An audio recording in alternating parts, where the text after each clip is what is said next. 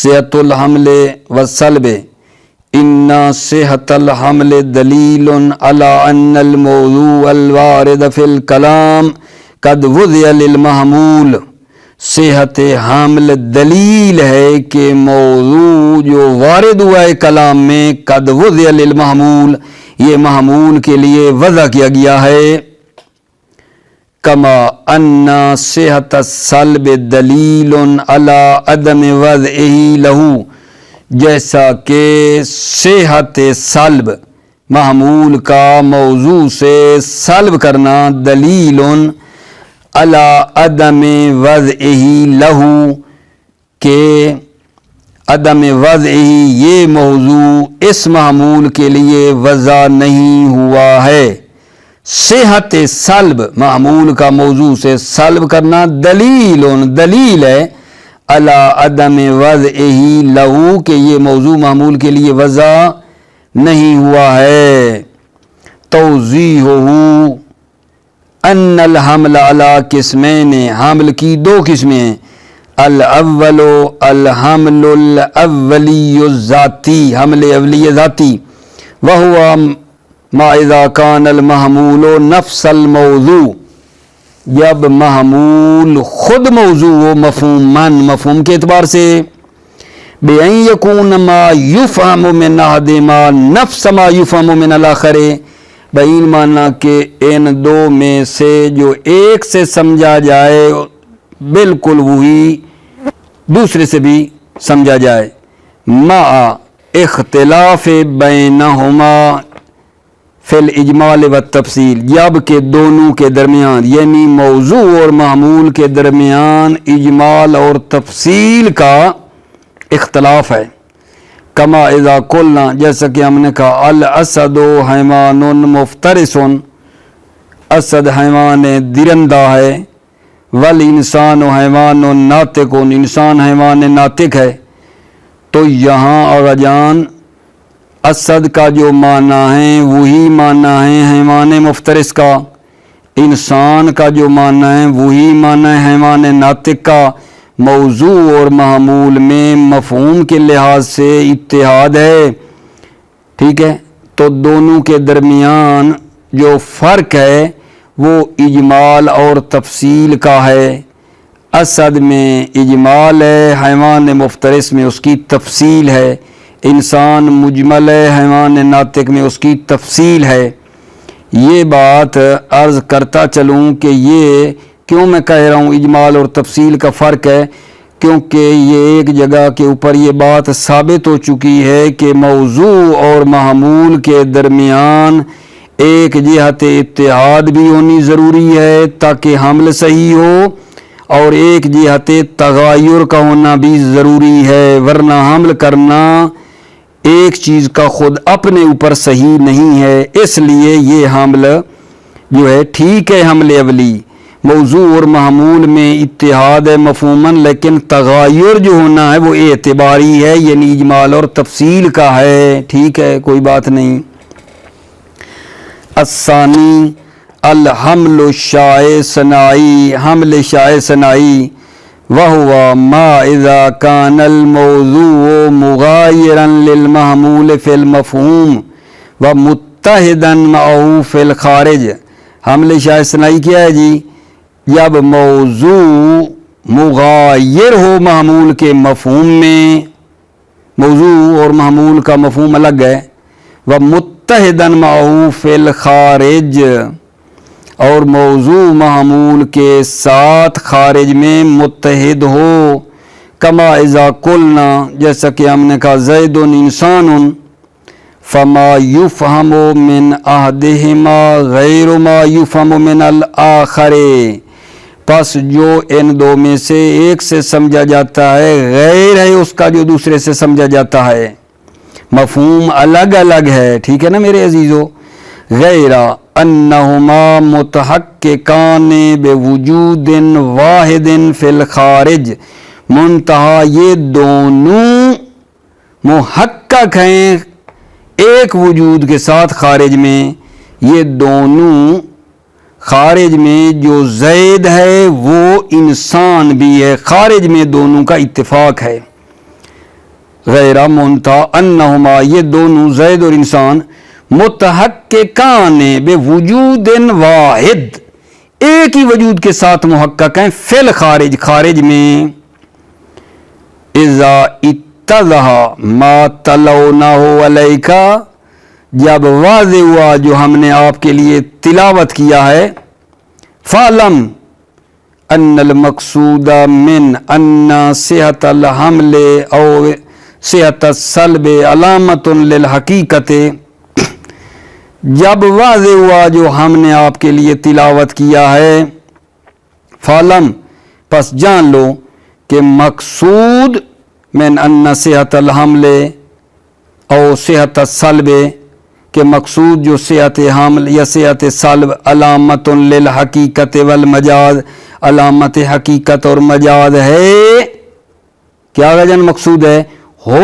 القسم الاول پہلی قسم ہے حمل کی قسم الاول یعنی کون سی حمل اولی ذاتی یہ مقصود ہے یہاں اس جگہ فصحت الحمل والہویت تکشف عن وحدت المفہوم والمعنی صحت حمل اور ہویت یعنی اس کو کہتے ہیں یہ وہی ہے ہو بہو ہے ہویت یعنی یہ وہی ہے صحت حمل اور ہویت یعنی یہ موضوع کا محمول ہونا اس کا وہی ہونا تکشف عن وحدت المفہوم یہ صحت حمل کشف کرتا ہے وحدت مفہوم والمعنی اور معنی کو وَهُوَ عبارة أخرى عن وضع أحدهما للآخر اور یہ عبارت اخرى جو ہے ان میں سے ایک جو ہے وہ دوسرے کے لیے وضع کیا گیا ہے